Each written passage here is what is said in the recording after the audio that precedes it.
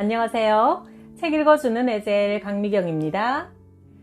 인천 조안중앙교회 박응순 목사님이 가슴으로, 무릎으로, 그리고 두 발로 기도하고 전도하며 목회하신 신나는 이야기들 한번 들어보세요. 성결대학에 다니던 중 총각으로 목회를 시작하다 보니 빨리 결혼을 해야겠는데 마땅한 사목감이 영 나타나지 않았다.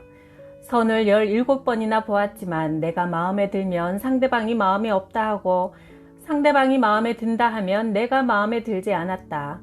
그래서 나는 사목감을 놓고 하나님께 간절히 기도드렸다. 첫째, 영적으로 맞는 사람을 주소서.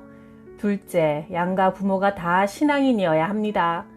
셋째, 나는 통통한 여자가 좋으니 삐쩍 마른 사람은 피해 주소서. 넷째, 하나님, 솔직히 고백합니다. 예쁜 여자를 주옵소서. 우리가 기도할 때 구체적으로 구해야 응답되었을 때 그저 우연히 두리뭉실 맞은 게 아니라 하나님께서 세밀하게 응답하셨음을 알게 되는 것이다. 하나님은 내 기도를 그대로 응답해 주셨다.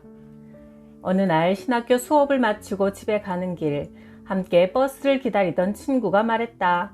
그냥 가자니 배가 고픈데 우리 어디 가서 간단한 요기라도 하고 가자.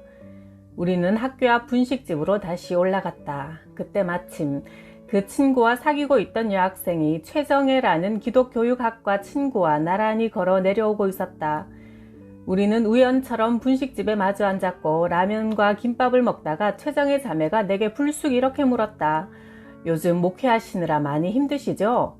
네, 그래서 결혼도 해야 하고 이래저래 고민이 많습니다.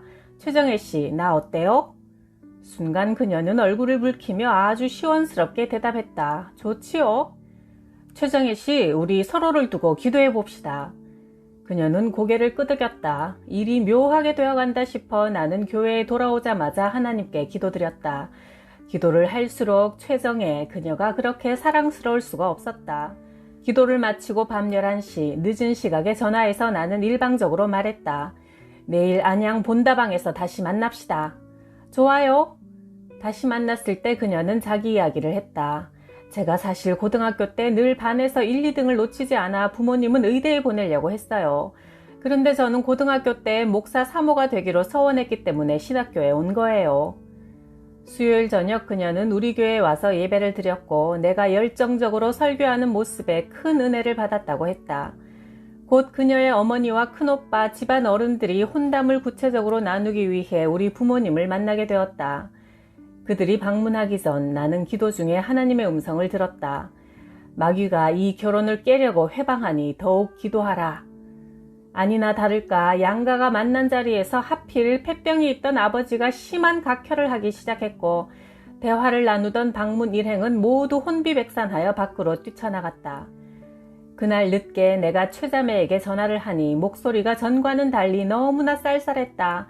아, 정말 여자란 무서운가 보다. 그렇게 부드럽고 상냥하던 사람이 이토록 차갑게 돌변할 수 있단 말인가. 내가 담담하게 말했다. 자매님이 오기 전에 하나님이 말씀하셨어요. 우리 결혼을 마귀가 방해한다고 알려주셨습니다. 결혼은 자매님과 내가 하는 것이지 부모 형제와 하는 것은 아니지 않습니까? 그러니 자매님도 하나님께 다시 기도해 보십시오. 그 후 그녀가 하나님께 정말 저 사람이 내 남편 맞습니까? 기도하자 환상 가운데 하늘에서 커다란 손이 내려오더니 박응순 목사와 자기 손을 맞잡아 주었단다. 1984년 그래서 나는 하나님의 중매로 최정혜 자매와 결혼했다. 돌이켜보면 아내는 내 목회에 있어 가장 큰 힘이었다. 내가 기도한 대로 아내는 날씬하진 않지만 통통하여 많은 교인들이 아내의 인상이 따뜻해서 교회에 나왔다고들 하니 말이다. 우리 가족 중에 아버지가 제일 먼저 예수를 믿게 되었다. 이웃집에 해태제과 과장으로 있는 분이 매일 2주 동안 찾아와 예수 믿으라고 전도하자 아버지는 교회에 나가게 되었다. 아버지가 교회 다니기 시작한 그 무렵 어느 날 아직 교회 나가지 않던 어머니가 집에서 창문 너머 하늘을 쳐다보고 있는데 뭉게구름이 일어나더니만 어머니 눈앞에 하나님이라는 글씨를 쓰더라는 것이다. 어머니는 헛것이 보인다 싶어 눈을 감았다가 뜨고 비벼도 보았지만 하늘로부터 쭉 써내려진 하나님이라는 글자는 여전히 그대로 있었다. 어머니가 아버지에게 말했다. 하나님이 계시긴 계신가 보구려. 나도 당신 따라서 교회를 다녀야겠소. 그리하여 당장 성경책과 찬송가를 사시고 신앙생활을 시작하셨다. 훗날 어머니는 자궁암에 걸려 방 안에 쌀 썩는 냄새가 진동할 정도로 증세가 심해졌다. 오살리 기도원에 올라가 금식 기도를 시작했는데 이틀째 저녁 예배를 마친 후 어머니가 계속 남아 기도하는 중 갑자기 강단에서 불덩이 하나가 날아오더니 어머니 치마폭에 떨어지더란다. 어머니는 아랫배에 불이 붙자 뜨거워서 밤새도록 떼굴떼굴 구르다가 아침에 화장실에 가서 시커먼 암덩어리를 다 쏟아냈다. 그 후 어머니는 전도왕이 되어 1년에 수백 명씩 전도했고 늘 기도에 힘쓰며 사셨다. 그런 어머니의 모습을 곁에서 지켜보며 나 역시 하나님을 체험적으로 알게 되었고 결국 목회의 길로 가게 되었다. 1985년 겨울 교회 고등부 학생회장이 울면서 나를 찾아왔다. 목사님, 우리 할머니가 위독해요. 아직 예수님을 영접하지 않았으니 구원받도록 예배 좀 드려주세요. 가보니 할머니는 혼수 상태로 열이 40도를 오르내리며 정신이 왔다 갔다 했다. 나는 얼른 복음을 전하고 물었다. 할머니, 예수님 믿고 천국 가고 싶으시면 아멘 하세요. 그러자 할머니는 마지막 힘을 쥐어짜 응답했다. 아멘. 내가 보기에도 할머니는 곧 돌아가실 것 같아 머리에 손을 얹고 기도했다. 하나님, 오늘 할머니가 예수님을 구주로 영접하고 천국 가는 복을 주시니 감사합니다. 그러나 할 수만 있다면 한 번만 살려주십시오. 그 주일 할머니는 교회에 나와서 간증했다. 목사님이 손을 얹고 기도할 때 검정 보자기 같은 것이 몸 밖으로 쑥 빠져나오더니 열이 내리면서 정신이 들기 시작하더라고요. 할머니는 당시 85세였는데 이후 95세까지 10년을 더 사셨다. 할머니는 과일 장사를 했는데 항상 과일 중 제일 좋은 것을 남겨두었다가 내게 주시곤 했다. 또 한 분 백원기 할머니는 류마티스 관절염을 앓아 걷지를 못하고 인천 길병원에 입원해 있었다. 우리 교인이 전도하여 주일에 휠체어를 타고 교회를 찾아왔다. 나는 할머니의 두 무릎에 손을 얹고 간절히 기도드렸다. 그 다음 주일 휠체어 없이 보행 보조대를 짚고 걸어 나왔고 나는 또 무릎에 손을 얹고 간절히 기도해드렸다. 그 다음 주일 백할머니는 보조기 없이 두 발로 버젓이 걸어 나왔다. 나는 이런저런 체험을 통해 목회 사역에서 나타나는 신유은사를 확신하게 되었다. 오늘날 많은 목사들이 내가 기도했는데 안 나오면 어떡하나 불안하여 신유 기도를 피하는 경향이 있지만 역사는 하나님께서 하신다. 교회는 병든 자들을 기도로 고칠 수 있어야 한다. 인천 부평 어느 교회에 권사님들이 매일 밤마다 모여 철야하며 기도하는데 그 교회 재정집사가 그 모습이 못마땅해 돌아다니며 불을 끄고 보일러도 꺼버렸다. 노인들이 주책이야. 밤 깊은 줄도 모르고 기도만 하고 있다니. 전기세, 보일러 기름은 돈 아닌가? 집에 가서 손자 재롱이나 보다가 새벽 기도 때나 나올 것이지 원 참. 그렇게 불평하던 재정집사가 그날 밤 꿈을 꾸었다. 교회가 옆으로 쓰러져 가는데 그 쓰러지는 건물을 땀을 뻘뻘 흘리며 떠받치고 있는 사람들이 있었다. 누군가 싶어 유심히 보니 글쎄 자기가 늘 주책이라고 빈정거렸던 바로 그 권사님들 아닌가. 그 후 집사는 크게 깨닫고 권사님들이 마음껏 기도할 수 있는 기도실을 만들자고 목사님께 건의드렸고 지금은 밤새 기도하는 권사님들이 불편하지 않도록 자상하게 돌봐드린다고 한다. 기도는 성공의 지름길이요. 기도는 하나님을 움직이는 능력이요. 교회와 목사는 기도를 먹고 산다. 기도가 있는 교회는 부흥하고 기도하는 목사는 능력이 나타나고 기도하는 성도는 축복을 받는다. 사업을 하는 어느 남자 집사님은 아무리 바빠도 교회 일이 생기면 모든 것을 중단하고 달려온다. 하나님 일을 자기의 사업보다 우선으로 두고 살았다. 어느 날 저녁 나를 찾아왔다. 목사님, 용인에 좋은 회사가 하나 있어 인수를 할까 합니다. 목사님 생각은 어떠세요? 아니 집사님, 지금 회사도 빚으로 샀는데 또 어떻게 산다는 거예요? 하루 더 기도해보고 결정합시다. 그날 밤 교회에서 철야하며 기도하던 집사님은 꿈을 꾸었다. 회사에 출근하여 자판기에서 커피를 뽑고 있는데 그 옆 건물 사장이 그 앞으로 지나가기에 돈을 좀 빌려달라고 하니 아무 말 없이 순순히 돈을 빌려주었다. 그런 이상한 꿈을 꾸고 아침에 출근하여 자판기에서 커피를 뽑고 있는데 간밤에 꿈에서처럼 옆 건물 사장이 지나가는 게 아닌가. 집사님은 희한하다 싶어 그 사장을 불러 부탁했다. 제가 이번에 회사를 하나 인수했는데 돈이 좀 부족하네요. 죄송하지만 사장님 건물을 담보로 해서 얼마간 빌려 쓰도록 해주시겠습니까? 그러자 그 사장은 쾌히 승낙했다. 담보가 된다면 그렇게 하세요. 그래서 그 돈으로 부족한 중도금을 치르게 되었다. 안과 의사인 우리 교회 집사님은 건축 헌금을 하려고 하니 새마을 금고에 1,000만원짜리 적금 통장뿐이었다. 집사님은 새마을 금고에 가서 1억 원 대출을 요구했고 은행은 그분의 신용을 믿고 대출해 주었다. 그래서 집사님은 1억을 건축 헌금으로 드렸다. 그 후 전에 없던 일이 생기기 시작했다. 환자들이 몰려드는데 어떤 날은 하루에 500명이 몰려와 화장실 갈 시간조차 없을 정도였단다. 게다가 7년 전에 무주 구천동에 사둔 산이 있었는데 개발지역이 되어 수백억으로 값이 뛰어 집사님은 10층짜리 빌딩을 짓게 되었다. 하나님은 믿음으로 기쁘게 드린 것에는 이렇게 넘치도록 축복해 주시는 분이었다. 교회 개척 4년 만에 출석교인 1,000명이 되자 주차장이 시급해졌다. 교인들의 자가용이 많아지다 보니 골목마다 주차 문제로 시비가 잦았다. 예배드리러 왔다가 왜 여기 세우느냐, 여기가 당신 땅이냐 등의 다툼으로 은혜를 쏟아버리고 가는 일이 자꾸 일어나자 나는 넓은 땅을 달라고 기도하기 시작했다. 내가 사는 아파트 15층 베란다에 나가 사방을 둘러보며 외쳤다. 하나님, 저 많은 땅 중에 우리 교회가 갈 곳이 없습니까? 다음 날 장로님에게서 뜻밖의 전화가 왔다. 목사님, 좋은 땅이 나왔습니다. 인천에서 두 번째로 큰 택시회사 자리인데 한번 보시지요. 그곳으로 달려가 보니 바로 여기다 하는 감동이 왔다. 우리는 곧 그 택시회사 사장을 만나 계약서를 쓰기로 했는데 당시 교회가 가진 돈은 3천만 원 뿐이었다. 수십억짜리 땅을 사는데 3천만 원 가지고 덤비니 사장은 어이가 없다는 듯 껄껄 웃으며 말했다. 사실은 내가 며칠 전 꿈을 꾸었지요. 우리 아버지가 나겸일 목사님이 심우하시는 인천 조안 장로교회에서 집사님으로 신앙생활 하시다 돌아가셨는데 글쎄 아버지가 꿈에 나타나서는 내가 사람을 보낼 테니 그 사람에게 땅을 주어라 하시는 겁니다.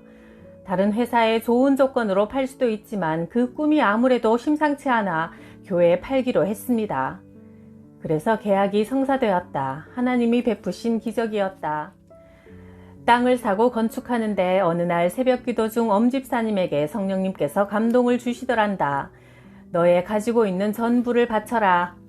집사님은 고아 출신으로 힘들게 살아와 전 재산이라곤 600만 원짜리 단칸방 뿐이었다. 그런데 하나님께서 그걸 바치라는 것이다. 집사님은 남편에게 차마 말을 못하고 며칠 고민하다가 계속 같은 음성이 들려와 남편 송집사에게 말을 꺼냈더니 남편 역시 그런 하나님의 말씀을 받았다는 게 아닌가. 그래서 두 부부가 600만 원짜리 전세 계약서를 내게 가지고 왔다. 나는 도무지 받을 수가 없어 도로 가지고 가라고 했지만 하나님께서 말씀하신 것이니 꼭 드려야 한다며 고집을 피웠다. 나는 두 분의 머리에 손을 얹고 울면서 축복 기도를 드렸다. 하나님, 이 인천 땅에 돈 많은 부자가 얼마나 많을 텐데 왜 하필이면 가장 가난한 고아의 주머니를 터십니까? 내가 통곡하자 마음속에 성령의 음성이 들려왔다. 하나님의 일은 돈 가지고 하는 게 아니다. 하나님의 일은 믿음으로 하느니라. 이 일로 인해 많은 성도들이 감동을 받아 금가락지를 끼고 다니던 분들이 너나 할 것 없이 모두 빼서 하나님께 바쳤다. 단칸방을 드린 엄집사님 내외는 갈 곳이 없었고 그때 우리도 사택을 바쳐 갈 곳이 없어 우리 두 가정은 교회에 움막집을 쳐놓고 살았다. 하나님, 겨울이 다가오는데 올해가 가기 전에 저들에게 살 집을 주십시오. 나는 간절히 기도했고 택시 운전을 하는 송집사님은 쉬는 날엔 교회 자비를 도맡아 하곤 했다. 그러던 어느 날 몇 장의 서류를 들고 와서 말했다. 목사님, 이번에 시에서 무주택자들에게 주공임대 아파트를 준대요. 마지막으로 남았다고 하니 한번 넣어볼까요? 그래서 접수했는데 무려 800대 1에 추첨해서 당첨이 되어 12월 28일 연말을 사흘 앞두고 송집사님은 새 아파트로 이사를 갔다. 하나님은 더 좋은 집을 주시려고 단칸방을 달라고 하신 것이다. 우리 교회 여집사님이 장사하는 분이었는데 그 가게가 부정적인 교인들이 모여 불만을 토로하는 본부가 되었다. 그 집사 남편이 다니던 직장을 그만두고 새로운 사업을 시작해 나는 여러 교인들과 함께 신방 가서 개업 예배를 드리고 두 부부 집사 머리 위에 축복 기도를 해주었다.